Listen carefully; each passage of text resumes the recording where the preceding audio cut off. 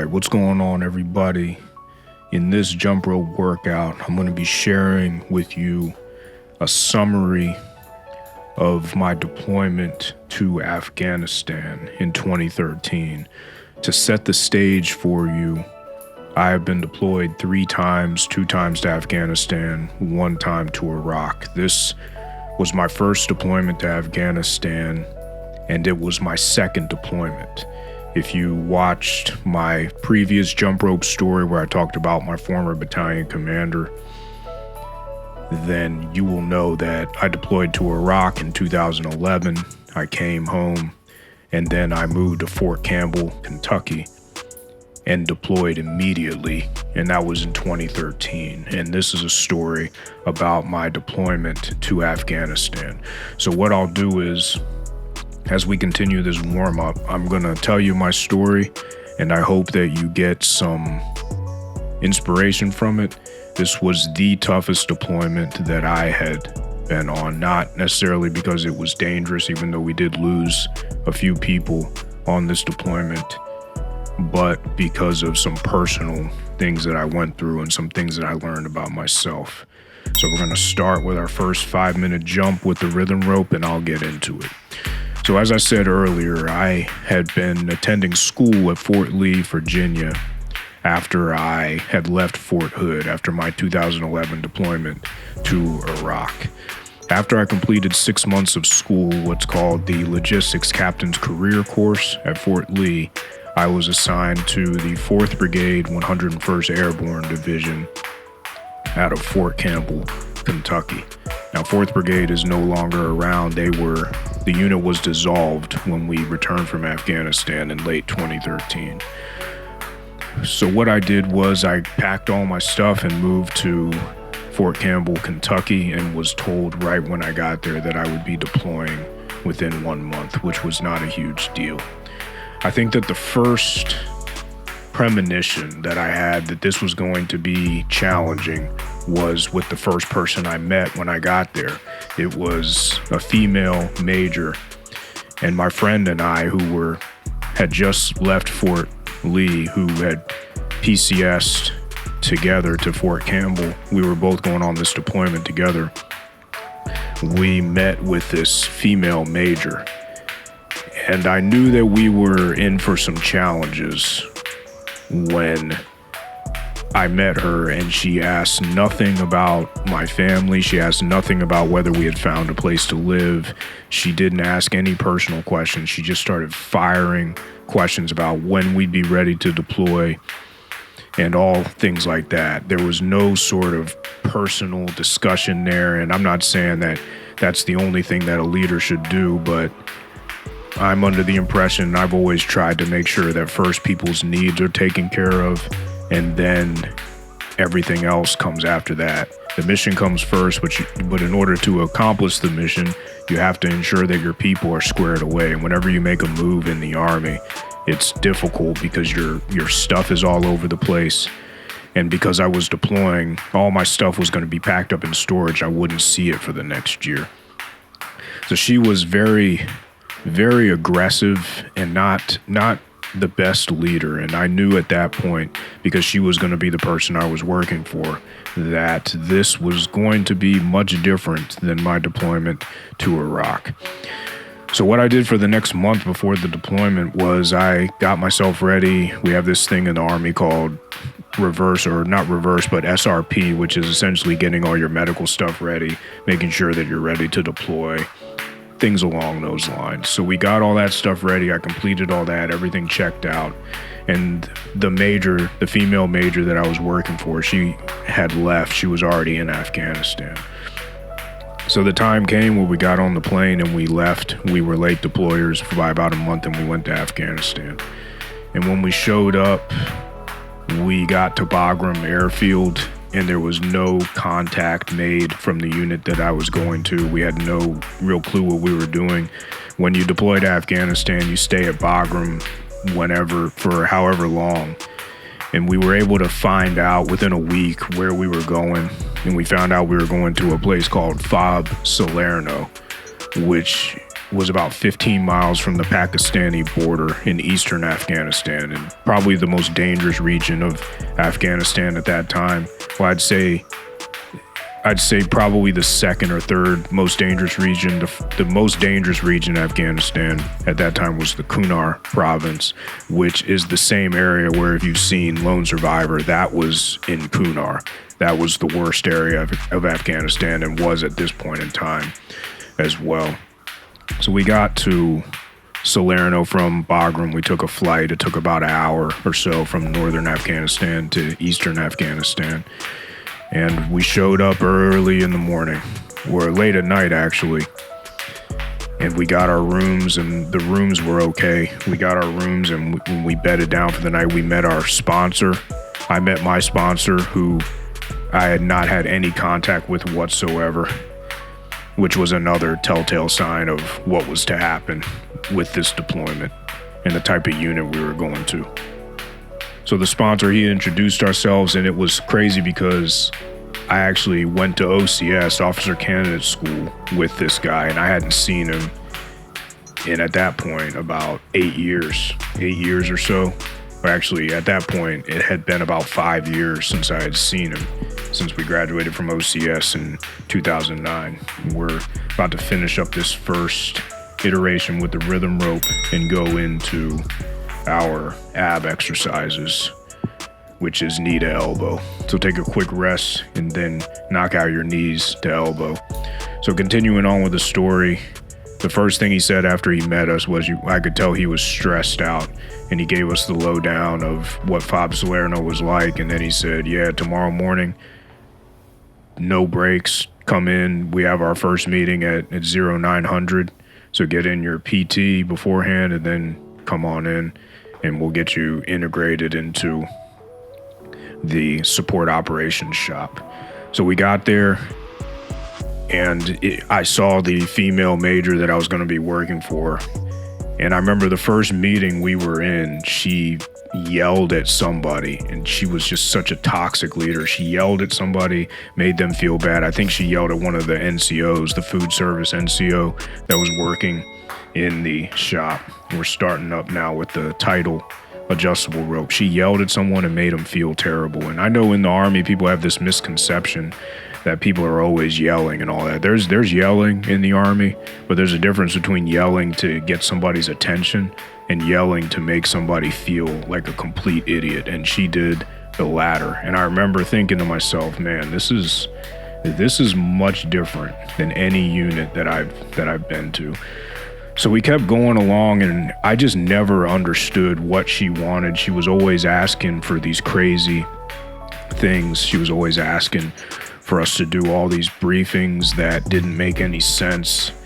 And come to find out that she, at that point, was actually being investigated for creating a hostile work environment. So she was being investigated at that time for creating a hostile work environment.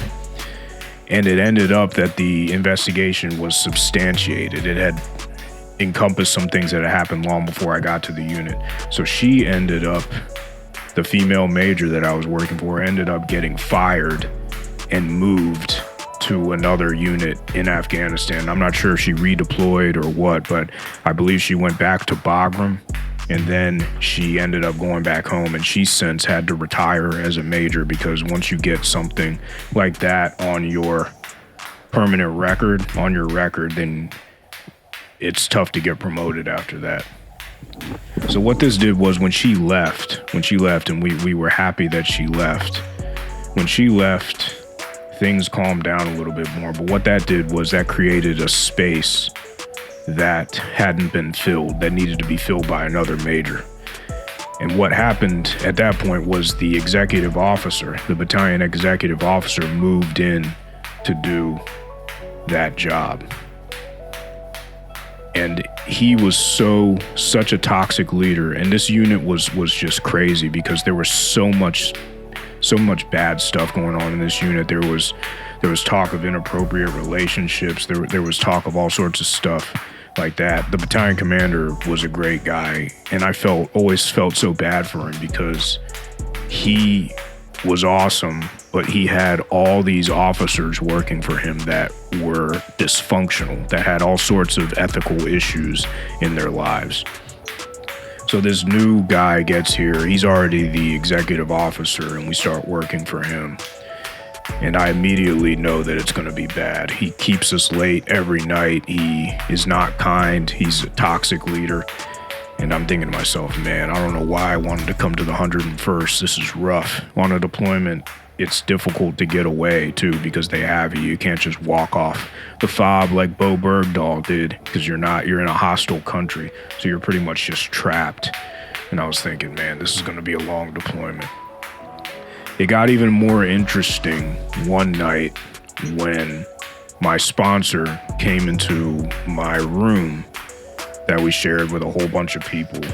And he said, hey, Jude, you need to get up. The battalion commander wants you. And I was half asleep. It was probably about 2 o'clock in the morning. And I said, what's going on? I just want to be prepared. Am I in trouble? What's happening? And he said, I don't know. And I said, I must have been half asleep, because I said, what's going on? Then he yelled at me. He said, I don't know, man, but the battalion commander wants you now. And I said, okay. So let me just get dressed and go over there. So I walk up to the battalion headquarters, and I'm thinking that I'm in a lot of trouble. So I'm preparing myself for the colonel to do whatever it is that he wants to do with me. So I go into his office, and I'm thinking he's going to blast me for something, even though I didn't do anything wrong. And he said, hey, Jude, take a seat. I need to talk to you about some stuff. I said, all right, sir, no problem. What's going on? And he said, I have one of my company commanders here that has gotten himself into some trouble. I can't tell you what's going on, but he's being investigated for something, for multiple offenses. I'm taking his weapon away, so that means that I need you to escort him until further notice. And the first thing that came to my mind as we finish up this 5-minute session and go into the ab exercise, same as last time, the first thing that came into my mind was, okay, I'm glad I'm not in trouble. Even though I know I didn't do anything, I'm glad I'm not in trouble. And the second thing that came to my mind was, okay, I need to escort another captain around. That's going to be interesting. And I said, well, okay, sir, so when do I start? Obviously, I want to support however I can, so when do we start? And he said, you start now, and you go with him everywhere. This is your job, along with your other job, working in the support operations office. I said, okay, no problem. So I start escorting this guy around, and then we get to know each other pretty well. I'm not going to go into the things that he was accused of. He ended up getting into some pretty serious trouble and having to get out of the Army. He was a prior enlisted guy, but we ended up getting to know each other pretty well. And I escort him around for these next few months because he doesn't have a weapon. So as I'm escorting him around, I'm dealing with a lot of personal stuff as well. I'm dealing with this new major who's keeping us up all night. He doesn't let us go home, go back to our rooms to rest and recuperate until 2200. And then he expects us back up in the office working at 7 o'clock in the morning. And there was no time to do physical fitness, so we had to choose between physical fitness or talking to our family, or physical fitness and eating. He wanted us in the office all the time. Even if we weren't doing anything, he would make us sign out to go get our laundry. It was like being in kindergarten all over again. And on a regular Army deployment, things are not supposed to be that way. You're supposed to be able to let people, if there's not a huge mission going on, to let people take care of their personal stuff. I had laundry piling up in my room that I never had the chance to wash.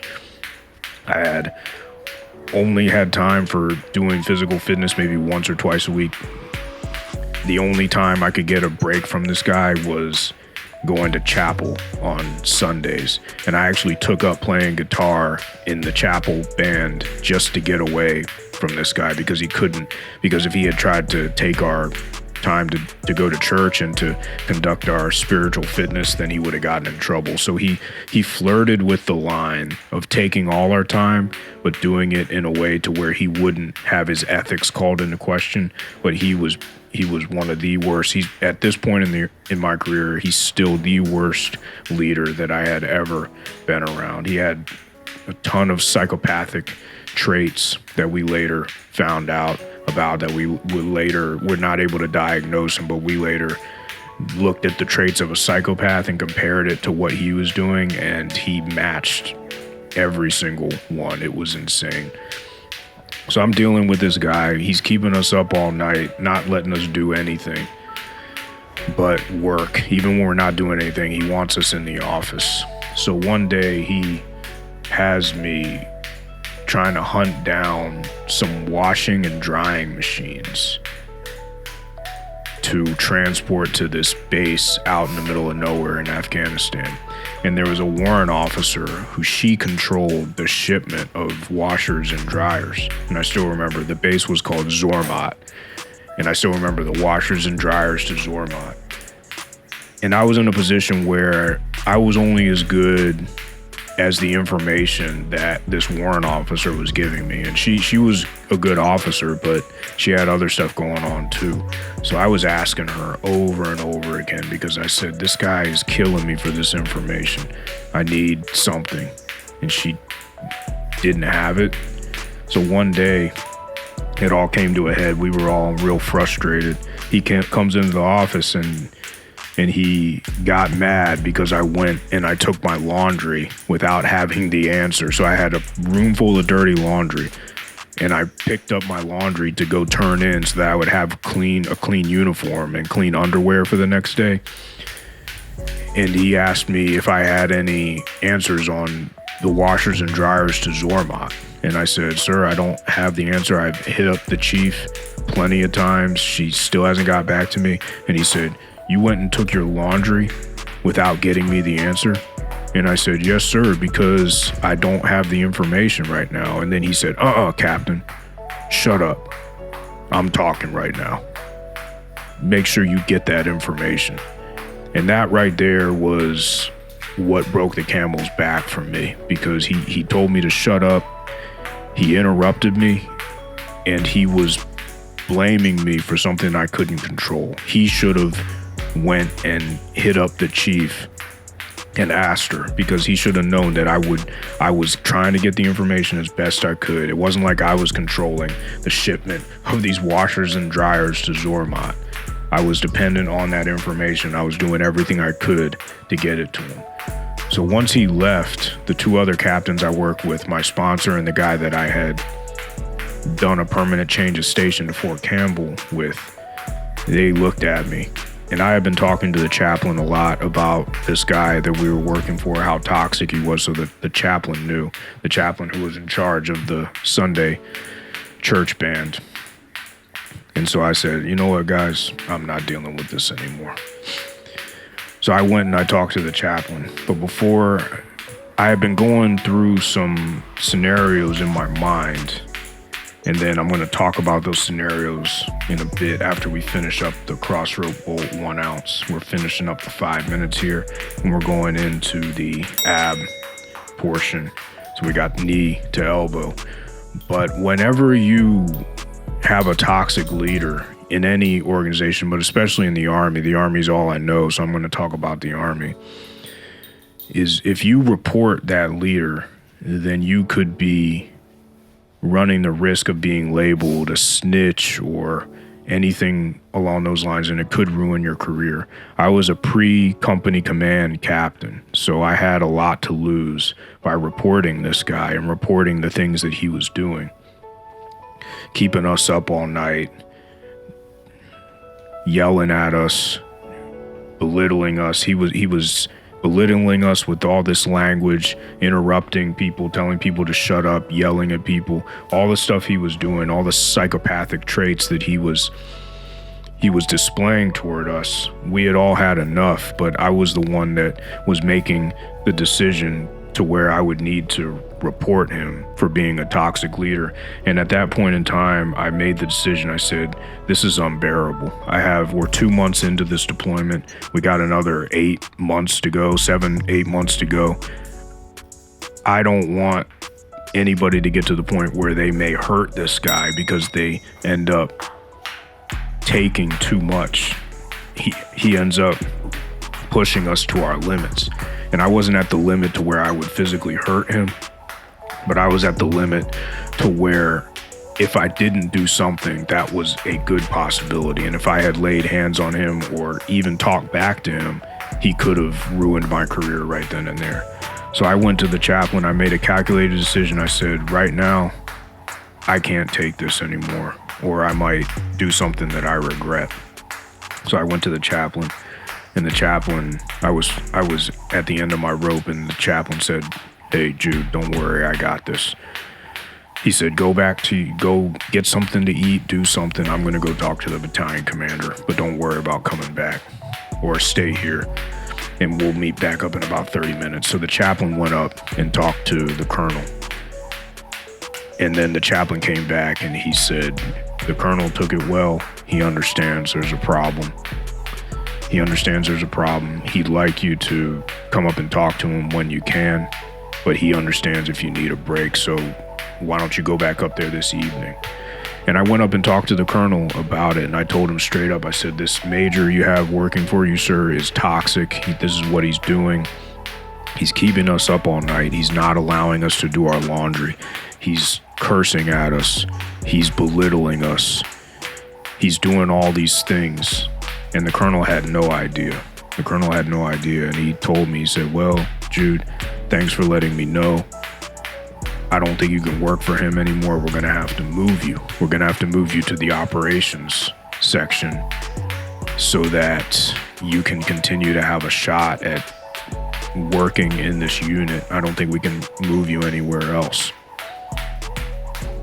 So I said to him, sir, yep, I understand. I'm willing to do whatever I can to support, but I've been pushed to my limit with this situation, and I've been through some hard times, both in life and on my previous deployment. So it's not like I'm weak, because I was thinking that people would view me as weak. So I was trying to communicate that to him, that I was a resilient soldier, but that what this guy was doing and how this guy was treating us was not acceptable, and it was making it something to where it could be a dangerous situation.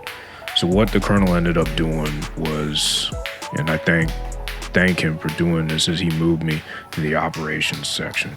Now the operations section of the battalion was interesting because it was headed by a captain who was the same rank as me at the time. And she was, I gotta be careful because we're friends on Facebook, and she likes a lot of my posts, and I don't want to say anything to disparage her because I know that everyone goes through hard times, but I think she was going through a lot of hard times as well during this deployment. And she wasn't exactly the easiest person to work with. She had a pretty explosive temper during the deployment. She could be fairly unkind to people during the deployment. And I think once we got back from the deployment, she was like a completely different person. So I'm not saying this to disparage her or denigrate her. All I'm saying is it's part of the story. And I could see, looking back now, about 9 years later, that she was going through some stuff as well, which is probably why she was treating people unkindly. So I ended up having to work for her, but we're the same rank.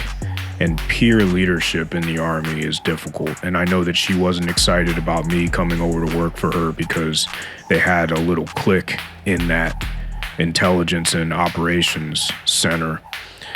And what happened is that the lieutenant that worked for her had to go take my place. So I felt like I was disrupting things. I think she felt like I was disrupting things, and that I was a tattletale and a snitch, but I'm not sure if she understood just how bad this major was treating me and the two other captains that worked for him. So the switch was made, and I was met with a little bit of resistance. I didn't even try to ingratiate myself into the clique. I did things on my own. I ate by myself. I would go back to my room and just read or talk to my family, and didn't even try to become accepted. I was just trying to get through the deployment. Things were easier working with her, but they were also pretty difficult because of her temper and how explosive she could be. So this occurred for the next few months, and we had some difficulties, but nowhere near as bad as it was working for the major in the support operations office. Now we're gonna transition to our final knee to elbow, and I'll continue on with the story even after the workout is over with, because there's still some more to the story. So what we ended up doing in the deployment was we were retrograding a lot of equipment from Salerno and Gardez back to Bagram. So we actually moved. We moved from Salerno to Bagram. We finished the deployment at Bagram. And me and this other captain, we had some trouble, but it was much easier working with her than it was working for that major. That major was just awful. He was awful. So it came to a head one day when I had gotten tired of her being the way that she was and being aggressive with me. And there was this one point where we were at Bagram where I was trying to talk and she interrupted me and kept talking. And that, for me, that was just the straw that broke the camel's back. So it was about 1500, and I got up and just walked back to my room at Bagram. And that was it.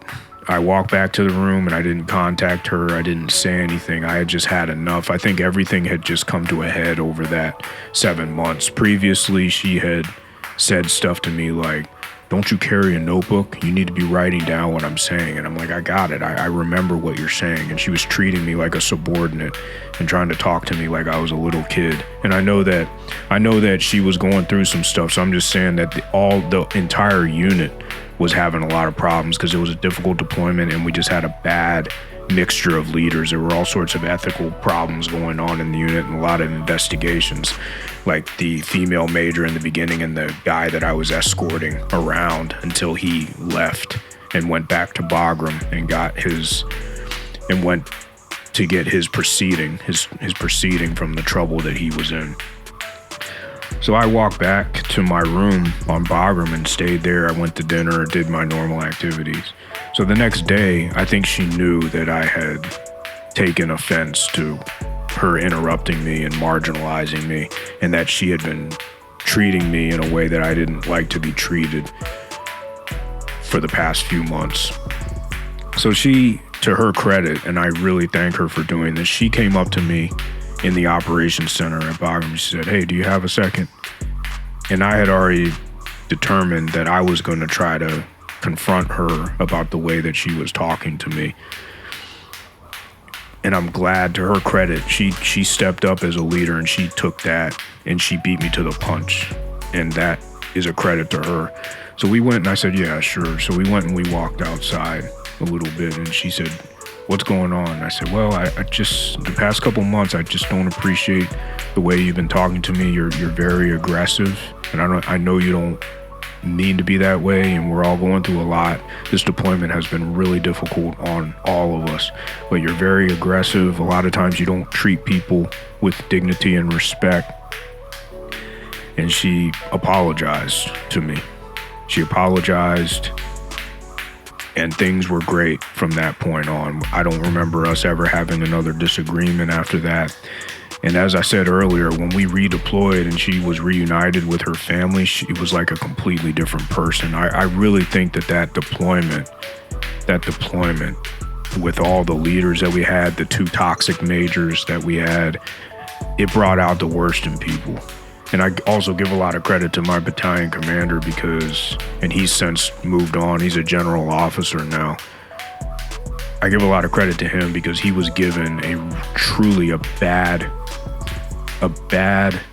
roster of field grade officers, other than the guy that came in and took over as the XO later on. He was good. But before that major came in and we got a replacement, he was given a really bad group. The two majors that he was given, they were both two of the most toxic leaders that I had ever met in the Army. So we redeployed. I actually moved on and did 2 company commands in 3rd Brigade, 101st Airborne Division. And I have stories about those 2 experiences in company command as well that I'll share later on. But I think the morals of the story for me is that you have to do the calculus in your head whenever you're being mistreated, and you have to take a risk sometimes. And I risked my career at that point to essentially be a whistleblower and to report the toxic leadership that was occurring in that unit. And I took a risk, and I came out on the right side of the risk, but it could have gone the other way. But what I'm saying here is that when you're locked in an environment and you can't leave, in a stressful, unsafe combat environment, and you're being subjected to mistreatment, I'd say the best answer is to set your career aside. Don't worry about that, and report and do the right thing, because I can tell you that people were waiting on somebody to report this guy, and he was held accountable to the best that he could be held accountable. He was still allowed to serve in the position he was in, but he didn't mistreat people from what I know. For the rest of the deployment, the colonel talked to him, and everything turned out about as best as it could. Another moral of the story is that you should never accept being mistreated, but you should also understand that people have things going on. With the female captain that I worked with, I understood that she had things going on, but at the same time, it's not an excuse. If you're in a leadership position, you got to treat people with dignity and respect. And I give her a lot of credit for realizing that she had been difficult to work with. And I will always thank her for coming up to me and asking me if we had time to talk, and being receptive of the feedback that I was giving her. I learned a lot from her in that situation, because the people you lead won't always feel comfortable telling you about yourself if you're mistreating them or you're doing something that is not optimal. So I give her a lot of credit for that. And this was 9 years ago. We've all moved on. Some of us are out of the Army. I'm still in the Army, but some of us are out of the Army at this point.